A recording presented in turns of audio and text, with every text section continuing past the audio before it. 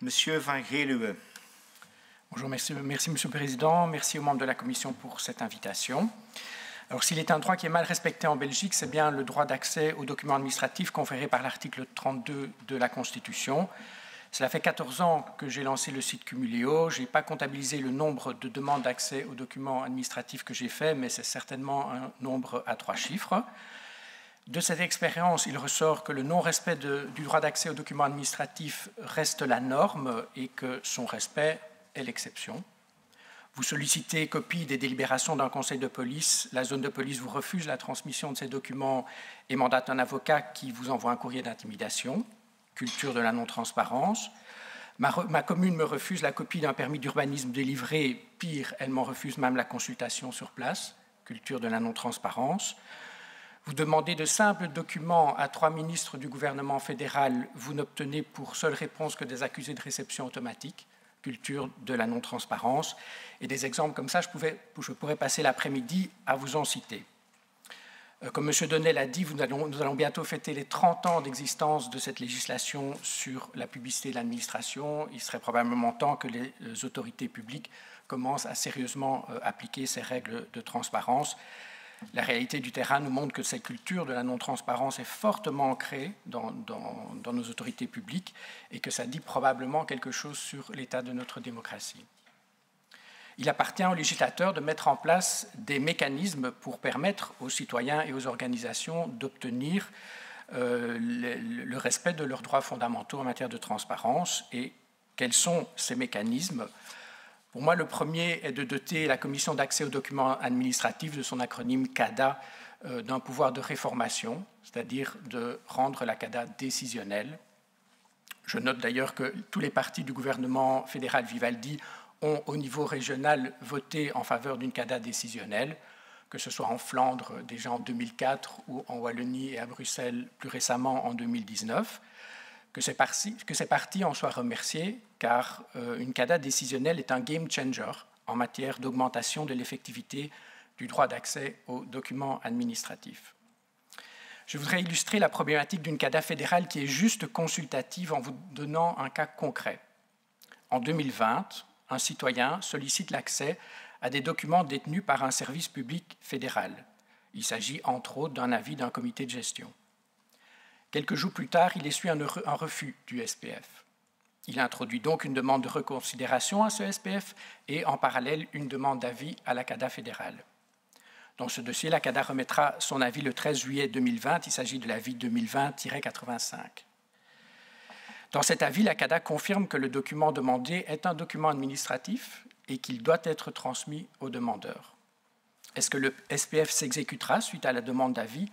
La réponse est négative. Face à cette inertie, le demandeur ira même jusqu'à saisir le médiateur duquel dépend le SPF. Est-ce que cela permettra d'obtenir le respect de son droit constitutionnel d'accès aux documents administratifs? La réponse est à nouveau négative.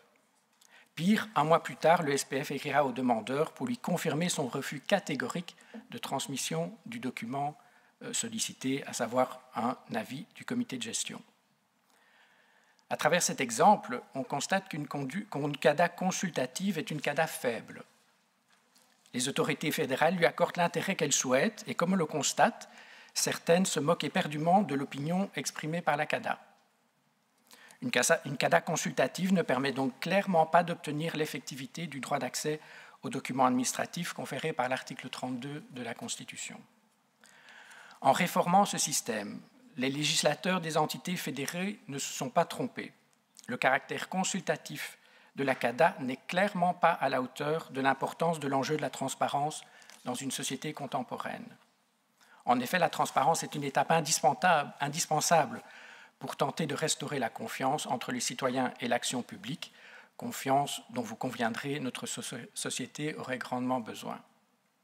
Doter la CADA d'un pouvoir de réformation, comme c'est maintenant le cas pour toutes les autres CADA du pays, est une étape indispensable pour améliorer l'effectivité du droit d'accès aux documents administratifs. Mécanisme numéro 2. En parallèle du pouvoir de réformation, il convient de doter la CADA fédérale d'un pouvoir d'investigation et de contrainte, comme c'est le cas pour son homologue bruxelloise. En effet, il n'y a pas que les citoyens qui font face à des autorités publiques réfractaires à la transparence. Dans certains dossiers, les CADA sont elles-mêmes confrontées à des autorités publiques qui refusent de collaborer et de leur transmettre les documents concernés par le recours. Là encore, le législateur a la possibilité d'agir en mettant en place un mécanisme pour que la CADA puisse, si nécessaire, user de la force publique pour se procurer les documents que les autorités tenteraient illégalement de lui soustraire.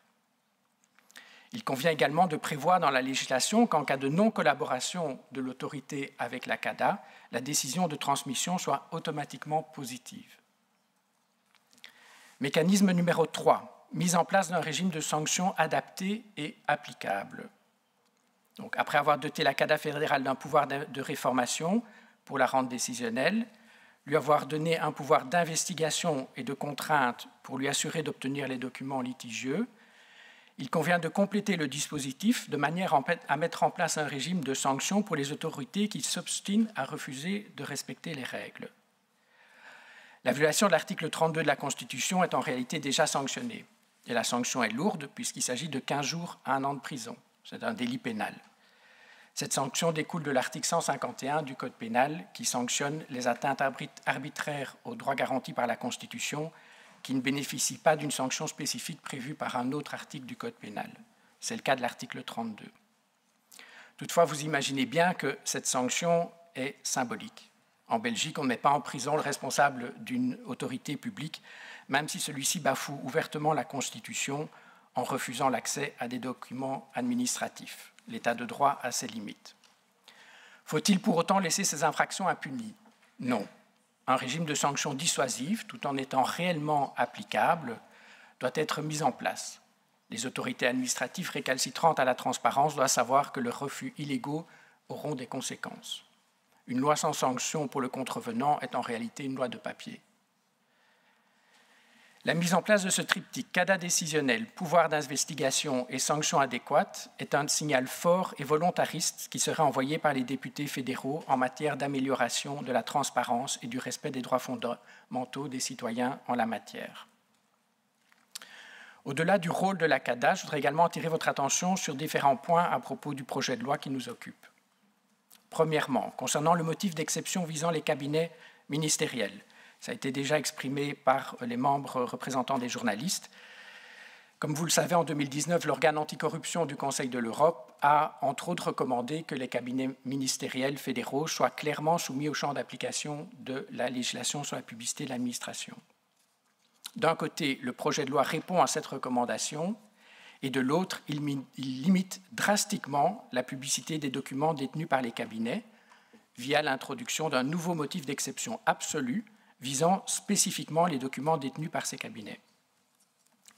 Même le Conseil d'État se questionne sur l'intérêt de ce nouveau motif d'exception, tant les motifs d'exception actuellement présents dans la loi sont manifestement suffisants.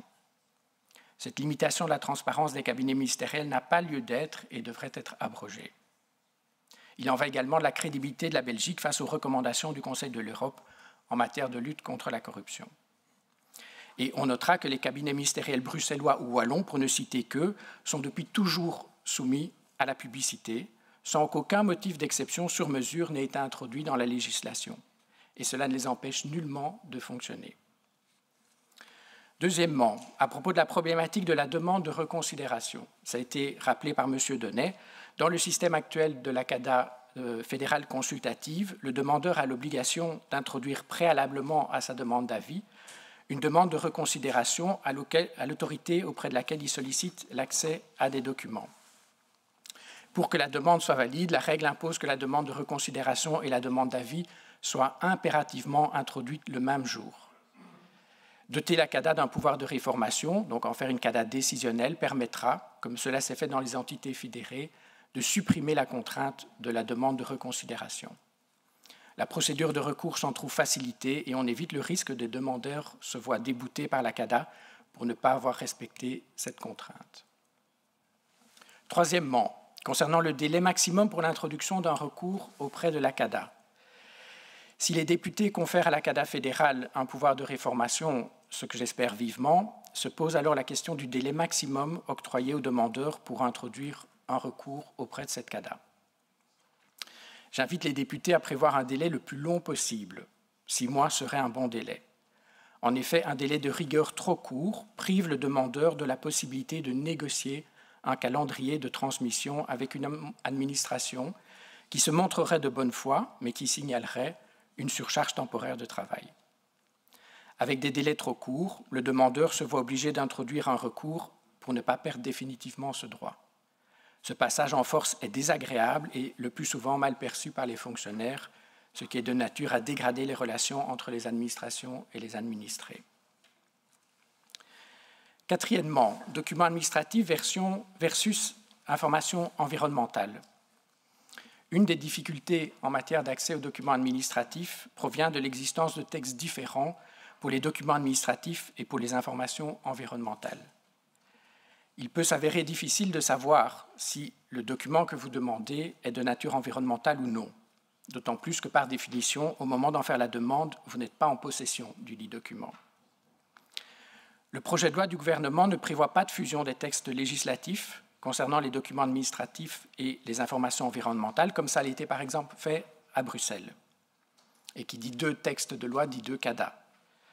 À défaut de fusionner les textes et les CADA, il serait utile que le législateur prévoie un mécanisme de réorientation d'un recours qui aurait été malencontreusement introduit auprès de la mauvaise CADA, par exemple auprès de la CADA publicité d'administration pour un document qui s'avère de nature environnementale ou inversement. Le mécanisme devrait permettre au demandeur de voir sa demande automatiquement transférée à la bonne CADA sans qu'il ne soit débouté par celle-ci pour dépassement du délai d'introduction du recours. Cinquièmement, et j'en terminerai par là, concernant la date d'entrée en vigueur de la loi, le projet de loi prévoit une entrée en application au 1er avril 2024. On peut se questionner sur l'utilité du renvoi à une date aussi éloignée. Le cas échéant, si certains articles le nécessitent, le renvoi de l'entrée en vigueur pourrait être limité à ces articles et non à l'ensemble du texte. Pour conclure, il serait dommage de réviser la législation de 1994 suite aux recommandations du GRECO sans moderniser cette législation en réalisant toutes les adaptations rendues nécessaires par les défauts constatés dans la loi et par les évolutions positives de la société en matière d'exigence de transparence. Si le législateur fait preuve d'ambition, il a la possibilité de rédiger une loi qui pourra être stable dans le temps. La balle est donc dans votre camp. Merci pour votre attention.